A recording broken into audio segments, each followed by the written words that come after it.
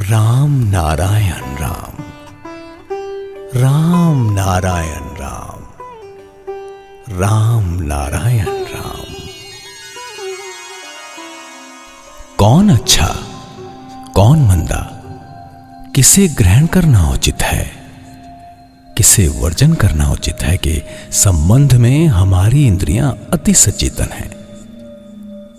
व्यवहारिक दिशा में किस प्रकार आचरण करना है या नहीं है, हमारा सेंस ऑर्गन कार्य करने के पहले ही आगाह करता है, सजग कर देता है।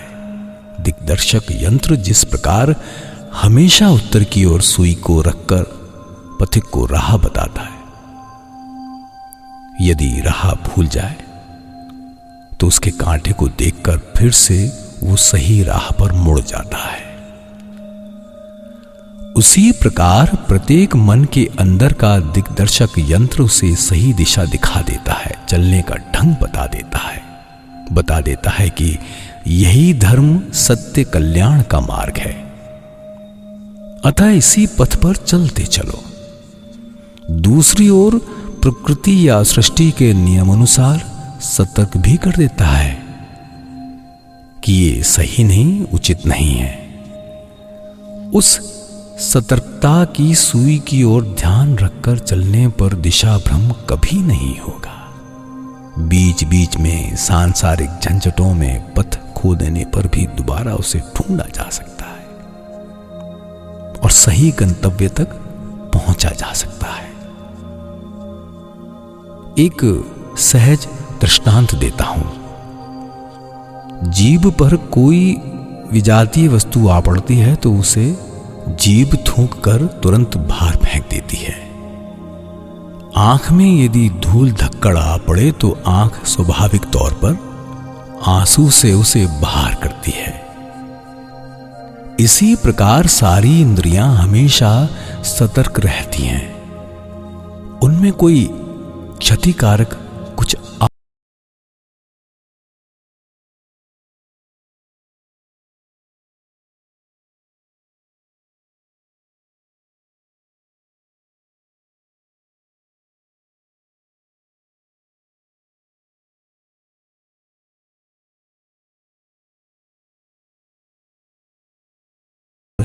कितना वर्जनीय है, इसे शरीर के भीतरी यंत्र निर्धारित करते हैं। जो ग्रहणीय है वो स्वाभाविक तौर पर रक्त में घुल जाते हैं और जो अंश वर्जनीय है वो अपने आप बाहर निकल जाते हैं।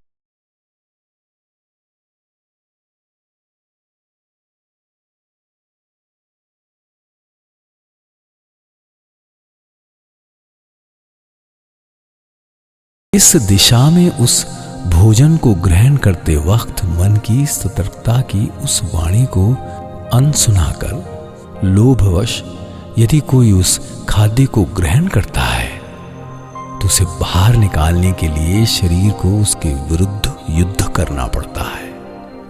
अर्थात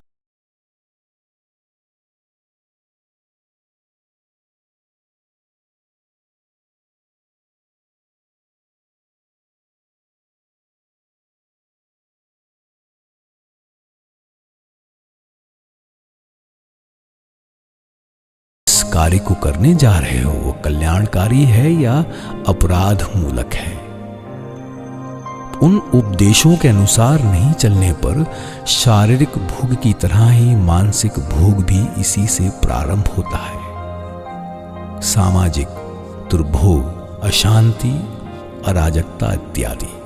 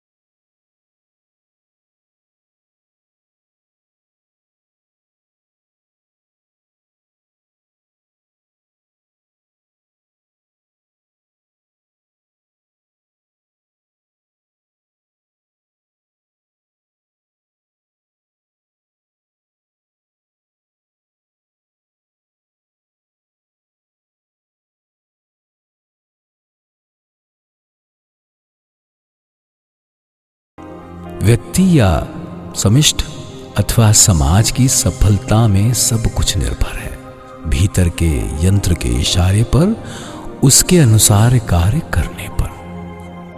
हम लोगों के सभी कार्य भविष्य की चिंता पर आधारित होते हैं, अर्थात भविष्य के लिए होते हैं। इस दिशा में भविष्य के शुभ अशुभ की चिंता पर ही कार्य करना उचित है।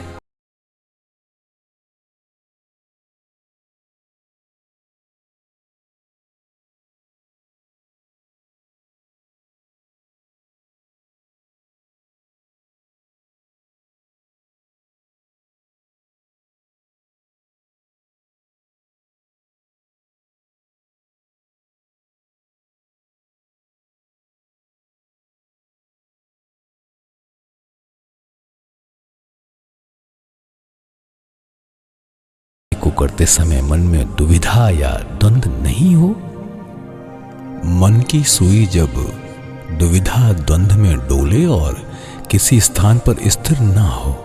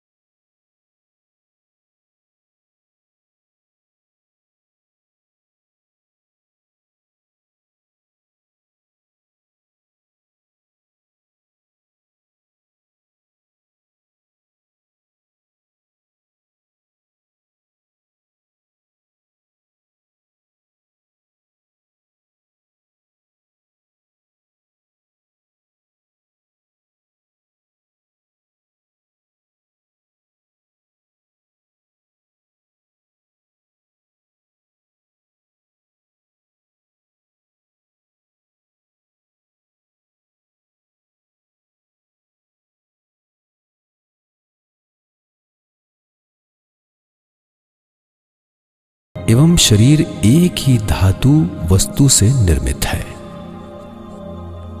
पानी और बर्फ के समान मन और शरीर अणु परमाणुओं की एक ही विषय वस्तु के दो रूप हैं। अतः शरीर की तरह ही मन में भी प्रतिरोधक क्षमता है, पर वो इतनी सूक्ष्म है कि किसी भी अणुवीक्षण या परमाणु भीक्षण यंत्र के भी पकड़ में नहीं आती। मात्र इंद्रियों के अनुभूति की सुई के कंपन से ही उसे जाना जाता है।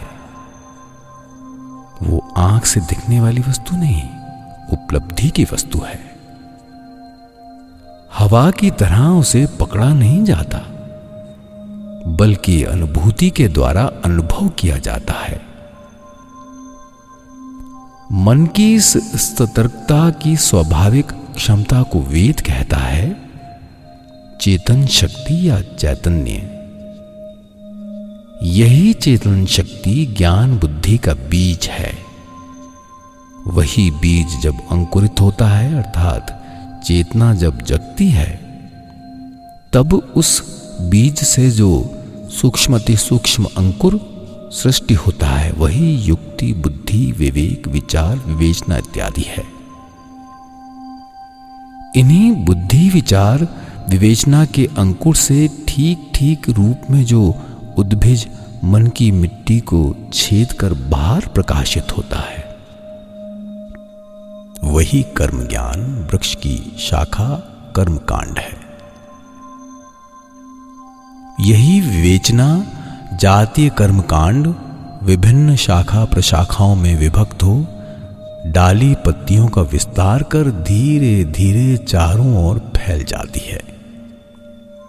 सबका एकत्रित नाम ज्ञान है। उसी चेतना से उत्पन्न ज्ञान वृक्ष का फल शांति श्रृंखला उन्नति समन्वय सहयोगिता और समाधान इत्यादि है। इस ज्ञान वृक्ष को अगाछा से रक्षा कर पाने पर उसके पके फल को पाने में कठिनाई नहीं होती, परंतु उस वृक्ष को अगाछा से रक्षा करनी होगी। चेतना से प्रेरित ना हो, यत्र तत्र कुछ सिर चढ़े तो समझना होगा कि वो सब अगाछा है, परंतु उसे उखाड़ फेंकना होगा। ऐसा नहीं करने पर क्षेत्र वृक्ष एवं परिवेश की क्षति होगी। अगाछा शक्ति भी तो कम नहीं है, अतः उन्हें समूल उखाड़ना ही विधान है।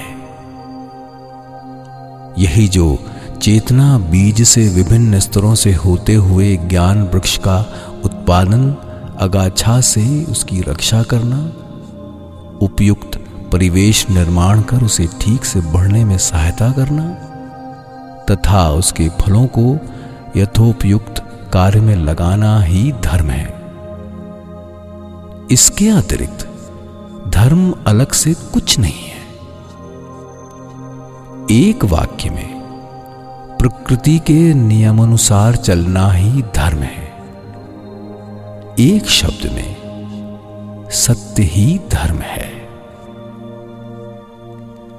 बीज से पौधे को विकसित करने के लिए जिस प्रकार अगाछा उत्पन्न करना होता है, उसी प्रकार सत्य या न्याय स्थापना के लिए अन्याय के विरुद्ध खड़ा होना होगा, असत्य को समूल नष्ट करना होगा।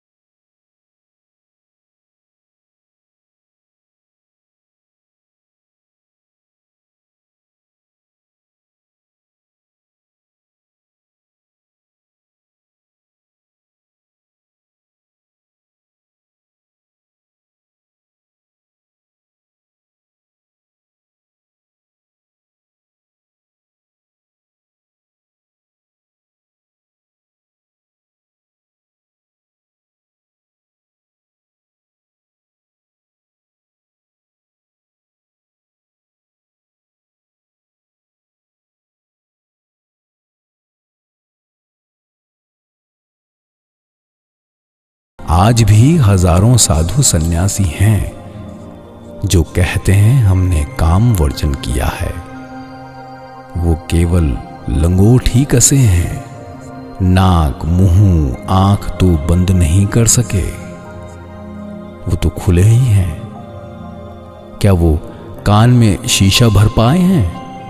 आंख बंद कर सके हैं? नाक मुंह क्या वो बांध रखे हैं?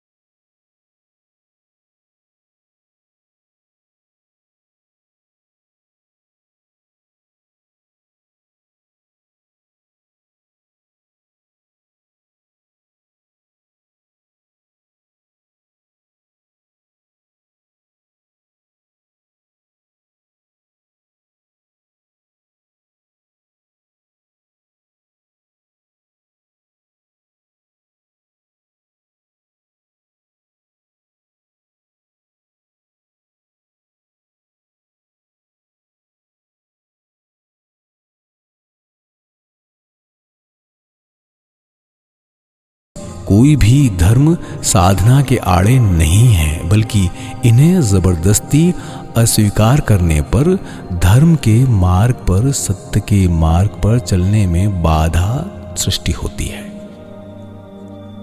जितना उन्हें अस्वीकार कर ठेल फेंकना चाहोगे, उतना ही वो अन्य रूप में प्रकौशल द्वारा छद्म रूप में सिर चढ़ेंगे। उसी के फलस्वरूप समाज में नाना प्रकार की बुराइयों का जन्म, चोरी डकैती, गुंडागिरी, भागा भागी, राहजनी, इसमें मिलावट करना, उसमें आग लगाना, उसके पीछे पकड़ना, उसका समालोचन करना इत्यादि होता है। ये सब खरपतवार अगाछा है।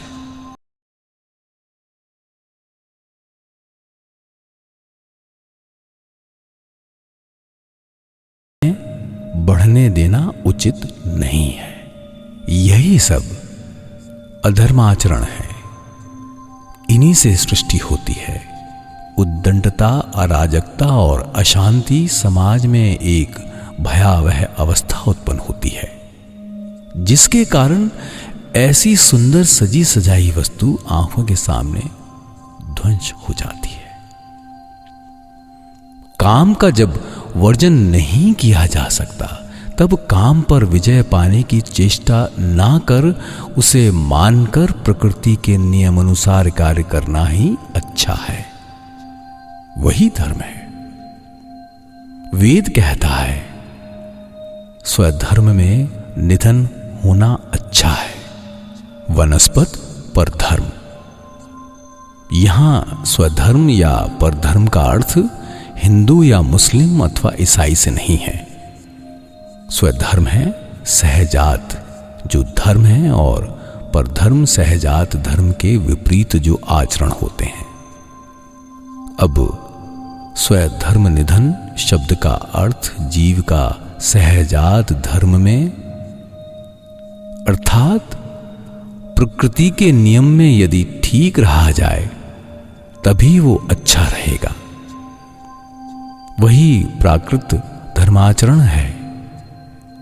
उसको स्वीकार कर उसके विपरीत यदि कुछ करने जाओगे तो वो परधर्म भयावह है, अर्थात जिसमें जिस अवस्था की सृष्टि होगी उसका परिणाम अत्यंत भयावह होगा। हम सब प्रकृति के नियम के विरुद्ध आचरण करते हैं, जिसका नतीजा आज हमारे देश एवं समाज की ऐसी भयावह स्थिति तैयार हुई है। आज भी चारों ओर ऐसे अनेक लोग हैं जो पाप पुण्य, स्वर्ग नरक, देवी देवता की दुहाई देकर समाज का दोहन कर रहे हैं। उस दोहन में दूध नहीं निकलता, सिर्फ रक्त का ही शोषण होता है। ये लोग अनिष्टकारी, अगाछा सृष्टिकारी हैं। इन्हें महत्व नहीं देना ही अच्छा है। ऐसा जहां देखो लाठी उठाओ, क्षमा का तो प्रश्न ही नहीं उठता। इस दिशा में लाठी नहीं उठाओ तो इसके अपराधी तुम बनोगे। इसीलिए कहता हूं, पाप पुण्य की दुहाई को नाले के जल में प्रवाहित कर विवेक के अनुरूप कार्य करो। ये जो मैंने कहा, तुम्हारे चेतना का कांटा जिस ओर संकेत करे उसी अनुरूप कार्य करो। इसे भी बिना विचारे ग्रहण करने को मैं नहीं कहता। अपने मन यंत्र में उसे डालो, देखो कंपास की सुई किस दिशा का निर्देश करती।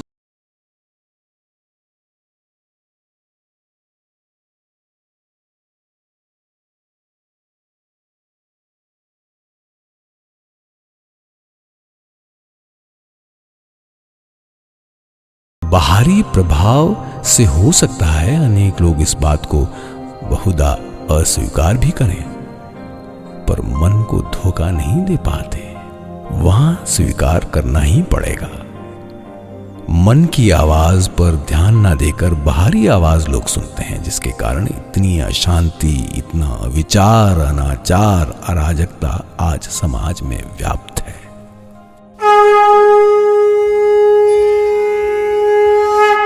सब मिलकर बोलेंगे राम नारायण राम, राम नारायण राम, राम नारायण राम।